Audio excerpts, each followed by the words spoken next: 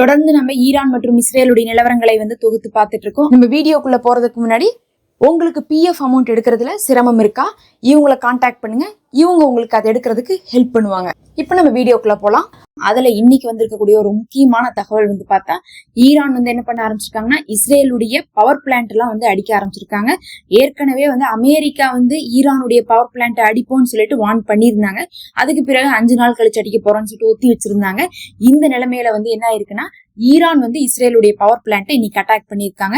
ஒரோட் robin power plant ஹடேரா இஸ்ரேல்ல தாக்குதலுக்கு உள்ளாக்கப்பட்டிருக்கு. இதனால Tel Aviv மற்றும் ஐஃபா பகுதிகளில் இன்னைக்கு கரண்ட் தட்டுப்பாடு ஏற்பட்டிருக்கு. ஏன்னா பவர் பிளான்ட்டே அடிக்கப்பட்டுருச்சுன்னா என்ன ஆயிரும், முழுசா கரண்ட் சப்ளை இதாயிருக்கும். அதே நேரத்துல பவர் பிளான்ட் அப்படிங்கிறது ஒரு இடத்துல மட்டும் ஒரு நாட்டுக்கு வச்சிருக்க மாட்டாங்க, பல இடத்துல வச்சிருப்பாங்க. பல பகுதிகளில இருந்து என்ன ஆகும்னா உங்களுக்கு கரண்ட் வரும். அதனால இந்த ஹடேரா ஆர்பின் பாட் மட்டும் பாத்தீங்கன்னா ஐஃபா அண்ட் டெல் அவீவுடைய முக்கியமான சில பகுதிகளுக்கு வரக்கூடிய ஒரு பவர் பிளான்டா இருக்கனால அந்த இடங்கள் இப்போது இருள்ல மூழ்கி இருக்கு. மத்த இடத்துல இருந்து வரக்கூடிய பவர் பிளான்ட் இன்னும் சேஃபா தான் இருக்கு.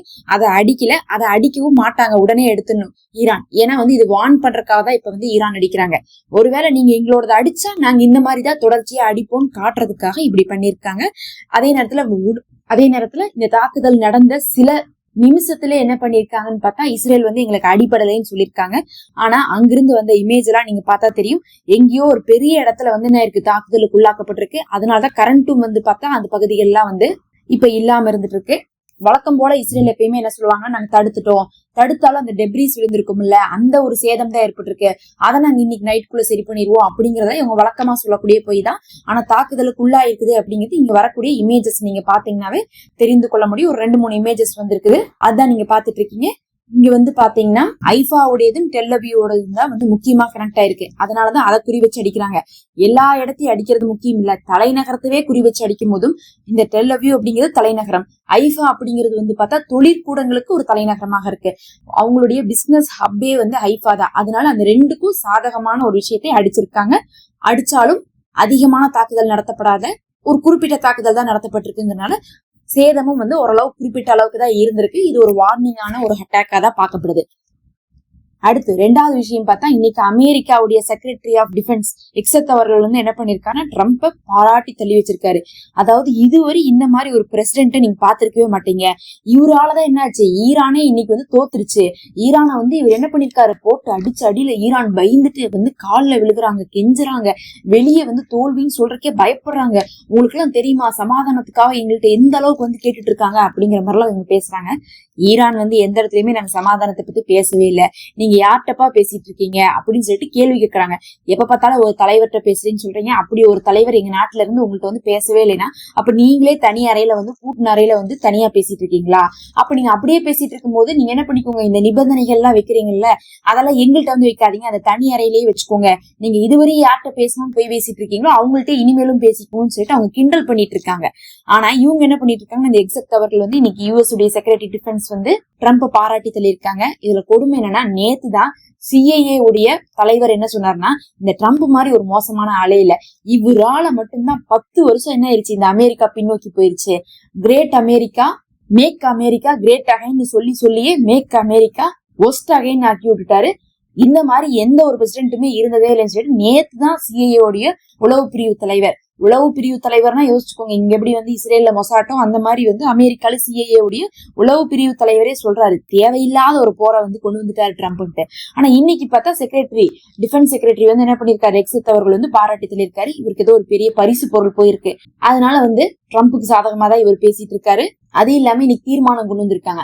அந்த தீர்மானத்தை முடிச்சதுக்கு பிறகு என்ன பண்ணிருக்காரு, ட்ரம்ப் கொந்தளிச்சு திட்டிருக்காரு. என்ன திட்டிருக்காருன்னு பார்த்தா, பொதுமக்களை நேரடியா திட்ட முடியாதுங்கிறதுனால அங்க இருக்கக்கூடிய எதிர்கட்சிகளை திட்டிருக்காருங்க. இவங்க எல்லாம் நம்மளுடைய தேசத்துக்கு துரோகிகள், அவங்களுக்கு நம்ம தேசத்தின் மீது பற்றே இல்ல, ஈரானே எங்களை பார்த்து பயந்துட்டாங்க, ஈரானே தோல்வி அடைஞ்சிட்டாங்க, வெற்றி அமெரிக்காவுக்கு தான் வெற்றி. ஆனா இந்த எதிர்கட்சிகள்லாம் என்ன பண்றாங்க, நம்ம தோத்துட்டு இருக்கோங்கிற மாதிரியும், நம்மள்ட்ட ஆயுதம் இல்ல, இந்த போரே தேவையில்லைங்கிற மாதிரி சொல்றாங்க. நீங்க வேணா பாருங்க, ஈரான் சீக்கிரமே நம்மள்ட்ட சரண்டர் ஆக போறாங்கன்னு சொல்லிட்டு இன்னைக்கு ட்ரம்ப் என்ன பண்ணிருக்காரு, எதிர்கட்சியில எல்லாம் ஒரு அந்நிய சக்திகள், அவர்கள் தேச துரோகிகள் அப்படின்னு சொல்லிட்டு திட்டிருக்காங்க. பொதுவாவே ஒரு நாடுன்னு இருந்தா போர் செய்யும் போது அந்த எதிர்கட்சிகள் என்ன பண்ணுவாங்கன்னு சப்போர்ட் பண்ண மாட்டாங்க, அவங்க ஆப்போசிட்டா தான் பேசுவாங்க. நெத்தன்யாவுக்கும் அப்படிதான் அங்க நடக்குது இஸ்ரேல்ல, அதே மாதிரிதான் ட்ரம்ப்புக்கும் நடக்குது. ஆனா அவங்கள எதிர்ப்பாங்கக்கூடிய பயத்தோட இன்னைக்கு ட்ரம்ப் வந்து அவங்களெல்லாம் வந்து திட்டி இருக்காங்க. தொடர்ச்சியா அங்கேயும் வந்து தீர்மானம்லாம் எடுக்கப்படுது. என்ன தீர்மானம் எடுக்கப்பட்டாலும் ஒரு பிரயோஜனமும் கிடையாது. இன்னைக்கு ஐநால கூட தீர்மானம் எடுத்திருக்காங்க. யார் போய் எடுத்திருக்கான்னு பார்த்தா இந்த அரபு நாடுகளுக்கு வேற வேலையே இல்ல. 2 வருஷமா இந்த காசா போர்ல என்ன பண்ணாங்க, கண்டன அறிக்கையை கொடுக்கறதுக்கும் சும்மா வெற்று தீர்மானங்களை கொண்டு வரதுக்கும் ஐநாட்ட போனாங்க. இன்னைக்கு அவங்க அடி வாங்கும் போதும் அதே வெற்று தீர்மானத்தை கொடுக்கறதுக்காக தான் வந்து போயிருக்காங்க. தீர்மானம் ஜெயிச்சான்னு கேட்டா தீர்மானம் ஜெயிச்சிருச்சு. ஆனா என்ன பண்றது, ஆபரேஷன் சக்சஸ் பேஷண்ட் டெட் அப்படிங்கிற மாதிரி தீர்மானம் ஜெயிச்சாலும் அதை வந்து ஈரான் கண்டுக்கவே இல்லை.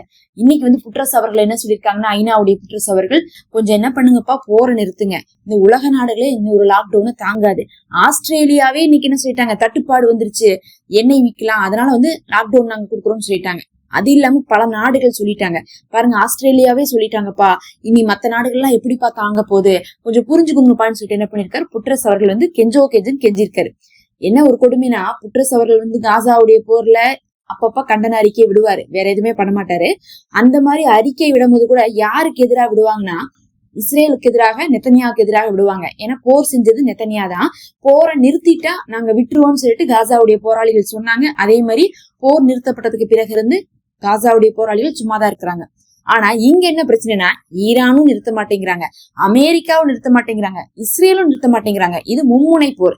அங்க வந்து பார்த்தா இருமுனை போர் தான். அதுலயும் வந்து பார்க்கும்போது இஸ்ரேல் மட்டும்தான் தரைவழி போனாங்க, இஸ்ரேல் மட்டும்தான் வான் தாக்குதல் பண்ணாங்க. காசால இருந்து வான் தாக்குதல் ரொம்ப கம்மியா தான் பண்ணாங்க. வந்தவங்களை என்ன பண்ணாங்கன்னா தடுத்துட்டு இருந்தாங்க.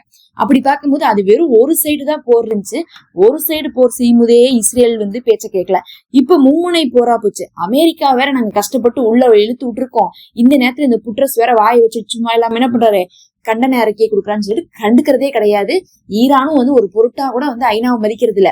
அதனால இவர் டெய்லி வந்து காலையில எந்திரிச்சா ஒரு அறிக்கை, சாயங்காலம் எந்திரிச்சா ஒரு கண்டனம்னு சொல்லிட்டு புட்ரஸ் அவர்களும் வந்து உலக நலனுக்காக நாங்க விடுறோம், அங்க இருக்கக்கூடிய குழந்தைகளுக்காக விடுறோம்னு சொல்லிட்டு விட்டுட்டே இருக்காரு. அவருக்கே மரியாதை இல்ல. அவர்கிட்ட போய் என்ன பண்ணிருக்காங்க, இந்த அரபு நாடுகள் போய் கெஞ்சி இருக்காங்க, கொஞ்சம் ஈரான்கிட்ட சொல்லுங்க. நான் கண்டன அறிக்கையை கொடுத்தாவே இந்த அமெரிக்கா, இஸ்ரேல், ஈரானும் மதிக்க கூட மாட்டாங்க. இதுல இந்த அரபு நாடுகள் இன்னும் நம்மளை நம்பிட்டு இருக்குது பாரு, நம்மள்ட்ட சொல்றதுக்கு அதுக்கு நேர்ல போய் கெஞ்சிடலாம்னு நினைச்சிருப்பாரு. இந்த அரபு நாடுகளும் என்ன பண்ணிட்டு இருக்காங்க, தொடர்ச்சியாக வந்து ஐநா மூலமா வந்து டீல் பண்ணலாம்னு நினைக்கிறாங்க. அவ்வளவுதான் இவங்களால முடியும். காசாவை தான் இவங்க காப்பாத்துறேன்னு நம்ம நினைச்சோம். இப்பதான் தெரியுது இவங்களவே காப்பாத்திக்க மாட்டாங்க. எங்கிருந்து இவங்க போய் காசாவை காப்பாத்த போறாங்க. அடுத்தது அப்பப்ப வந்து துருக்கியும் பாகிஸ்தானும் நாங்களும் உள்ளுதான் அப்படின்னு சொல்லிட்டு காட்டுறதுக்காக வந்துடுறாங்க. ஃபர்ஸ்ட் பாகிஸ்தானை பத்தி சொல்லிடலாம். பாகிஸ்தான் என்ன பண்ணிருக்காருன்னா, சவுதி அடிச்சீங்க பாருங்க, யாரும் நான் சொல்ல மாட்டேன், யார் அடிச்சீங்கன்னு உங்களுக்கு தெரியும், அதெல்லாம் வந்து கொஞ்சம் கூட நியாயமே இல்லை, இப்படி எல்லாம் நீங்க செய்யவே கூடாது, இதை நான் என்ன பண்றேன், வன்மையா கண்டிக்கிறேன் அப்படின்னு இருக்காரு. கண்டனம் தெரிவிச்சிருக்காரு பாகிஸ்தானுடைய பிரைம் மினிஸ்டர். ஆனா பாருங்க, ஈரான் தான் அடிச்சாங்க. ஈரான் அப்படிங்கக்கூடிய ஒரு வார்த்தையை கூட வந்து பாகிஸ்தான் பயன்படுத்தல. அந்த அளவுக்கு வந்து ஈரானுக்கு பயந்து என்ன பண்ணிருக்காங்க, சவுதிக்கு ஆதரவா வந்து ஒரு கண்டன அறிக்கை. ஆனா உடனே ஈரான் வந்து ஜாடமாடையா வாடா பேசுறீங்கன்னு சொல்லிட்டு பாகிஸ்தானுடைய கப்பலை இன்னைக்கு என்ன பண்ணல, ஹார்மோஸ் வெளியே விடல. இப்ப பாகிஸ்தான் புரிஞ்சிருப்பாங்க, நம்ம ஜாடமாடையா தானே சொன்னோம், பேர் கூட சொல்லலையே, பேர் சொல்லாதுக்கு இப்படி கோச்சுக்கிட்டாங்களேன்னு நினைச்சிருப்பாங்க. இப்ப வந்து ஈரானை யாரெல்லாம் எதுக்குறாங்களோ, ஈரானுக்கு மேல யாரெல்லாம் கண்டனம் தெரிவிக்கிறாங்களோ அவங்களெல்லாம் என்ன பண்றாங்க, ஈரான் வந்து கை கழுவிட்டு இருக்காங்க. அவங்களெல்லாம் வந்து ஹார்மோஸ்ல தடுத்து வச்சுட்டு இருக்காங்க. மறுபக்கம் துருக்கி கொஞ்சம் உஷாரா வந்து என்ன பண்ணிட்டாங்கன்னா, இந்த தடவை நம்ம ஈரானுக்கு ஆப்போசிட்டா வந்து கண்டனம் கொடுக்க கூடாது, அப்புறம் நமக்கு வர கப்பல் வராம போயிடும். இப்ப எப்படி பேசலாம்னு பார்த்தா, சவுதிட்ட, யுஏஇட்ட, கத்தார்ட்ட வாங்க எல்லாரும் சேர்ந்து பேசுவோம், நாம நம்மளுடைய முஸ்லிம் நாடுகளுக்குள்ள அடிச்சுக்க கொள்ளக்கூடாது, ஈரானுக்கும் அமெரிக்காவுக்கும் இஸ்ரேலுக்கும் நடக்கக்கூடிய யுத்தத்துல நாம என்ன பண்ணுவோம், ஒத்துமையா தான் இருக்கணும் அப்படின்னு சொல்லிட்டு நம்ம எல்லாரும் சேர்ந்து பேசி முடிவெடுக்கலாம், நான் ஈரான்கிட்ட பேசுறேன் அப்படிங்கிற மாதிரி சொல்லியிருக்காங்க. ஈரான் நினைச்சுப்பாங்க, இவன் ஒரு கோமாளி நடுவுல வந்து நான் பேசுறேன் நீ பேசுறேன்னு இருக்கான். கண்டிப்பா வந்து துருக்கி சொன்னா ஈரான் கேட்பாங்களான்னு கேட்டா சல்லி பைசா கூட மதிக்க மாட்டாங்க. இருந்தாலும் அந்த மாதிரி என்ன பண்ணிட்டு இருக்காரு, துருக்கி வந்து நான் பேசுறவாங்கன்னு சொல்லிட்டு கூப்பிட்டுருக்காரு. இன்னைக்கு வந்து இவங்க கத்தார் கூட என்ன சொல்லியிருக்காங்கன்னா, அப்பப்ப இந்த அமெரிக்கா இந்த 15 நிபந்தனைகள் கோரிக்கைகள்னு வைக்கிறாங்க, அதுக்கு இந்த இஸ்ரேலும் எதையாவது சொல்லிட்டு இருக்காங்க. இவங்க 2 பேரும் சேர்ந்து என்ன பண்றாங்க, சமாதான பேச்சுவார்த்தைக்கு வேற ஈரான்கிட்ட போயிட்டு இருக்காங்க. யாரு கேட்டு நம்மளை விட்டுட்டு போறாங்க, அடி வாங்குறதே நாம, இவங்க போய் என்னமோ சமாதானம் பேசிட்டு இருக்காங்க. முதல்ல நம்மளை கூப்பிட சொல்லுங்க, இன்னி வந்து சமாதானம்னா நம்மளையும் கூட்டிட்டு போய் பேசணும். இல்லாட்டினா இவங்க என்ன பண்ணுவாங்கன்னா, அவங்கள அடிச்சுக்கோங்க எங்களை விட்டுருங்கன்னு சொல்லிட்டு பேசிட்டு வந்துருவாங்கன்னு சொல்லிட்டு இன்னைக்கு கத்தார் சொல்லியிருக்காங்க. கத்தார் சொல்றதுல ஒரு நியாயம் இருக்கு. அடி வாங்குறதே வந்து இந்த மத்திய கிழக்கு நாடுகள் தான். அப்படி இருக்கும்போது வந்து அவங்கள விட்டுட்டு போய் வந்து பேச்சுவார்த்தைக்கு அமெரிக்கா போயிட்டு இருக்கிறத வந்து சரி வராதுன்னு சொல்லியிருக்காங்க.